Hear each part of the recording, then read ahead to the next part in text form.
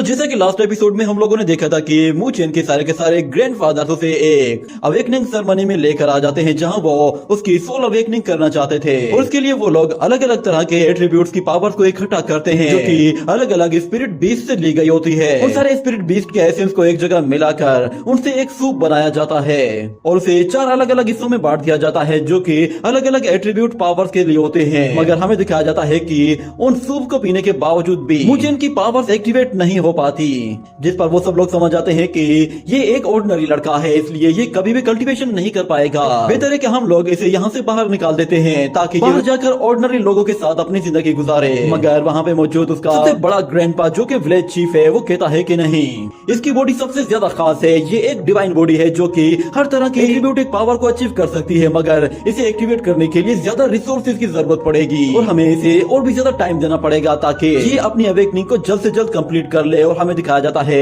उसके सारे के सारे ग्रैंडपा उसकी ट्रेनिंग शुरू कर देते हैं और अपने स्किल्स उसे सिखाने की कोशिश करते हैं। और विलेज चीफ कहता है कि मैं जानता हूँ ये लड़का एक ऑर्डिनरी लड़का है, मगर मैं देख रहा हूँ कि ये बहुत ही तेजी के साथ अपग्रेड हो रहा है। हमें दिखाया जाता है मू चेन एक जगह कल्टीवेशन कर रहा होता है और वो कहता है कि ग्रैंडपा के सिखाए हुए मेथड की मदद से मैं बहुत ही तेजी से ग्रो कर रहा हूँ। मुझे फील हो रहा है कि मेरी बॉडी पहले के मुकाबले में ज्यादा बेहतर हो गई है, मेरे अंदर पहले के मुकाबले में और भी ज्यादा वाइटैलिटी आ गई है, मगर मैं नहीं जानता कि मुझे ये कल्टीवेशन किस लेवल तक लेकर जानी है। आखिर इसकी कोई लिमिट तो होगी जिसके बाद मेरी अवेकनिंग होगी। वो वहीं पे ही लेट कर अभी ये सब कुछ सोच रहा होता है, मगर अचानक उसे ग्रेनी की आवाज सुनाई देती है। वो उसे बुला रही होती है तो उसकी आवाज सुनते ही वो फौरन से उसके पास चला आता है और मू चेन कहता है कि ग्रेनी सी मुझे सबसे ज्यादा प्यार करती है, मगर इसकी पर्सनैलिटी बार बार बदलती रहती है। कभी ये एक टेलर बनकर कपड़े सीना शुरू कर देती है, तो कभी ये एक मिडवाइफ बन जाती है, तो कभी ये कोई सामान बेचने वाली बन जाती है। मगर मुझे लगता है कि मेरी ये मदर बहुत ही ज्यादा मिस्टीरियस है, अभी इसने अपने और भी ज्यादा रूप दिखाने हैं। पता नहीं इसने अपने अंदर क्या कुछ छुपा के रखा हुआ है। मदर के पास जो मास्क है उन्हें देखकर मुझे ऐसा हमेशा फील होता है कि जैसे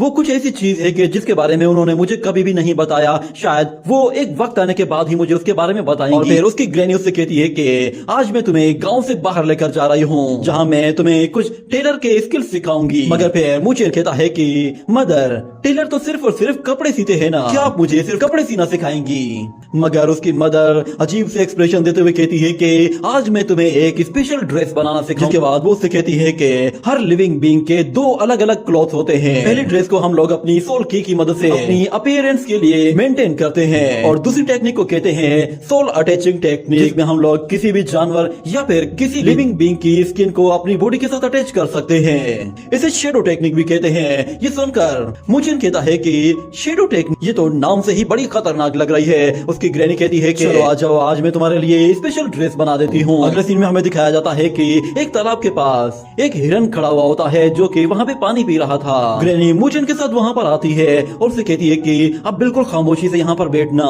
मगर उस हिरन को उन लोगों की आवाज सुनाई देती है, जिस पर वो अलर्ट हो जाता है और वो अपनी बॉडी को फौरन से ट्रांसपेरेंट बनाकर खुद को अपने दुश्मनों से बचाने की कोशिश करता है और वहाँ पे पानी के पास में ही एक जगह जाकर बैठ जाता है। और फिर ग्रैनी उससे कहती है कि पहला स्टेप है सोल फिक्सिंग। ये कहने के बाद वो हल्का सा ब्लड सीधा उस पानी की तरफ भेजती है जहाँ पे हिरन का शेडो दिख रहा होता है। वो उस शेडो के जरिए उस हिरन को पूरी तरह से कंट्रोल कर लेती है और हमें दिखाया जाता है कि वो हिरन फौरन से उस पानी से बाहर अपीयर हो जाता है। जिसके बाद मू चेन उसके पास आता है और वो उसे टच करता है तो वो कहता है कि इसे हुआ क्या है, ये हिल क्यों नहीं रहा? तो फिर ग्रैनी कहती है कि अभी थोड़ी देर पहले जो मैंने सोल फिक्सिंग टेक्निक यूज की थी उससे मैंने इसे पूरी तरह से कंट्रोल कर लिया है। मगर फिर मू चेन को वहाँ पर हिरन का रिफ्लेक्शन दिखाई देता है, जिस पर वो कहता है कि ग्रैंडमा